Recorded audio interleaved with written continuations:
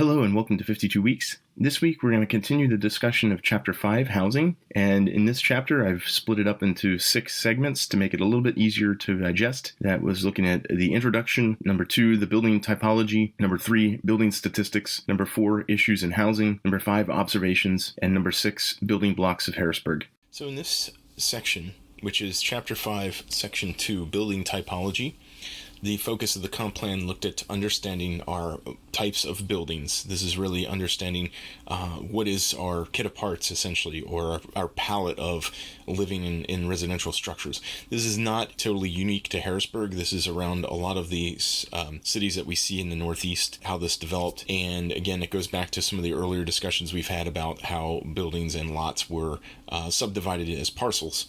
So there's a bit of history. You can look at Chapter 2, which is land use, that gets into that, and also we talked about it in the implementation, Chapter 9. So this first typology is the zero lot line model.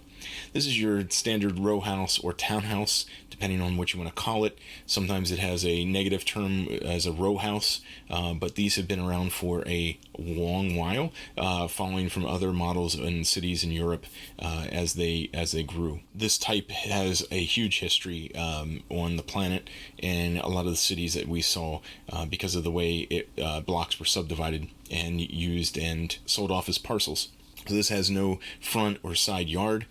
These typically have a higher density. We've got the dwelling units per acre is higher because of the amount of size. These do not take up a lot of space on a city block because we don't have yards. We do most of the times have backyards because it's zero lot line, meaning it's right up to the property line. This is really important when you look at the diagram here of the orange where they're grouped. It's a highly walkable and connective type of housing. The next typology is the duplex model. This is the front porch and side yard that adds to this. So imagine pulling the buildings apart a bit and allowing for the side yards to happen.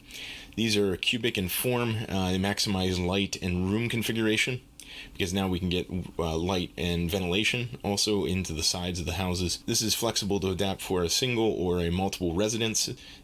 So this is something to be considering and seen through in these yellow areas throughout the city. The bonus with this duplex model is that it can be changed just a little bit. Here we have the Valencia apartments on 2nd Street. This is where we can integrate apartments of 6 to 12 units.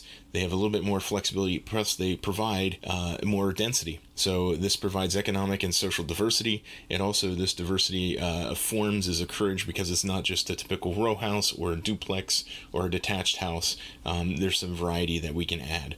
And this is something to be thinking about, is how do we get into affordability, and where can we have these as either starter apartments, starter condos, so that there's a reinvestment in the staying that happens, that people want to stay and have business and continue to live in Harrisburg and enjoy supporting their local community. This diversity in forms is encouraged in the provisions of the zoning code.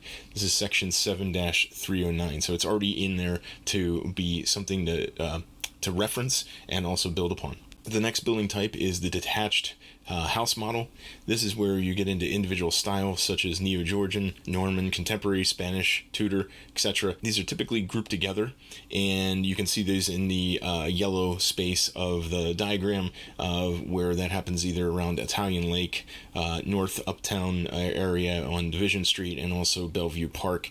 There's groups of these housing that can happen. You can also have it as in pockets that a speculative housing development may have happened and they got put together in lots grouped together. So something to be considering, but a lot of these do take up a lot more space. There's a lot more spacious yards that are there, and these are ones that have a less dwelling units per acre. I'm going to put a link into the YouTube video so you can see dwelling units per acre. There'll be a little discussion about what that is and how to begin to read density within your city. So you can be looking on a block and understanding, okay, this is about 10 dwelling units per acre, or it's 2 dwelling units per acre.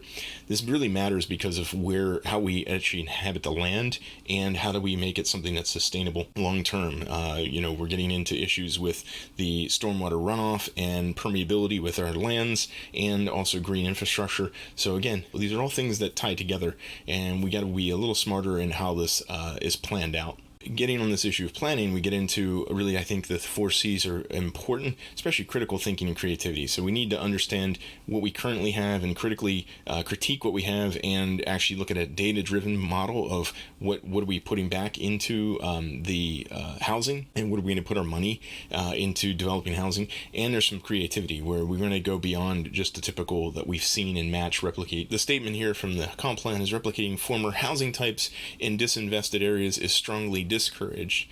The idea is not to replicate exactly what we already have. Nostalgic recreations of historic neighborhood forms and housing types are more likely to compete with existing stocks that have need of absorption into the occupied housing stock. So this is important to understand, because it's not just, well, we're just going to fill in these blocks with the same type of housing. The idea, we should be thinking critically, and we should be working creatively into understanding what is necessary. This is good urban design working at a participatory planning process within the community. It's not someone from the outside saying this is what type of housing needs to happen here, or it's driven by a developer coming in and say we're just going to put these types of houses in. The question is understanding what is the needs of the residents, what is the needs of those looking that are out there, and the focus on all this is to look on how do we diversify the urban form that we currently have, and not just build everything that we already have, because we know we already have a problem trying to fill this and take care of the existing housing stock.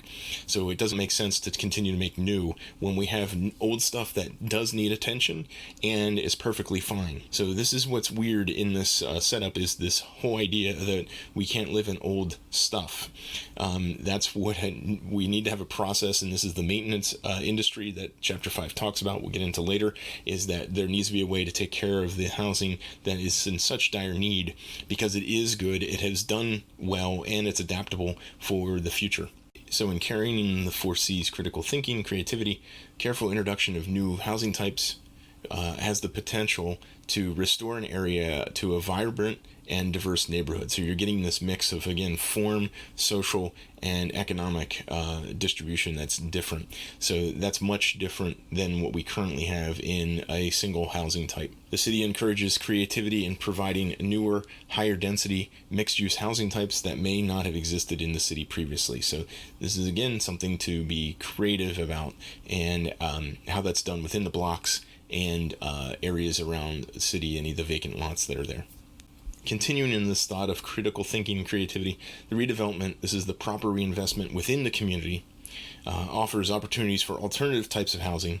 This is targeted at the underserved populations that offer the opportunity to establish vital new neighborhoods by attracting new resident types to the city. The question is, what is it that's currently underserved in the portions of the city that we see that have been long neglected? And that, it doesn't take much to talk to the residents that are here to find out what that is. This takes really critical thinking and determining and working creatively to figure out how to best work with the populations that were underserved and work alongside of them so that they're seeing this value and in building this capacity. This gets back into capacity building so that it's something that it's just what they're working on and they do within their planning processes in each individual neighborhood. So the question is, how is all this accomplished? Well, we've got to build the grassroots process. This happens through the data-driven metrics and government accountability through an ongoing public participatory planning process and system. This is yet to be developed. What I continue to see is these little starts of things that are happening, or plans that are already in progress, and they're all disjointed. They are not coordinated together in a way that is working with individual residents. I said this before, we need to have a group that is neighborhood-based, focused on all of our particular neighborhoods or wards, and those are ones that are providing input to watch over this. And you can go back and look at the comprehensive plan and the main ideas in the comp plan to make sure that these are checked off in a process that is very public, highly transparent. That's not what we have currently. What we have is a very opaque system that is based on 20 years of this is government politics as usual, and deals are made outside the public knowledge for the betterment of, I'm using air quotes, for Harrisburg. And what that has gotten us is a very stagnant and mediocre city, We don't have the things that we could have. And we also are seeing things where there's a placation that happens with particular projects that get us excited to think that, hey, look over here, don't look at real issues that are here. This is something that needs to be critiqued, because the benefit has to come back to us in the long term. Focus on people in place. It's got to be a grassroots process. Can that happen? Yes. Is it potential? I think we need to have the positive focus that there are individuals out there who are thinking about this and working together to do the necessary hard work. This is not easy. It's messy. It's long-term thinking. It's beyond trying to get credit for any of this stuff. And this is where we need to be. We need to be talking about this in the schools, so that as people come out of school and graduate, this is what we're doing. We understand the long-term work that's needed to make sure that the city is about people, place, and economics, that they're all functioning well. Thanks again for listening to 52 Weeks. This has been the focus of Chapter 5, Housing. We'll continue this section and more about this section in the upcoming videos. Take care. Thanks.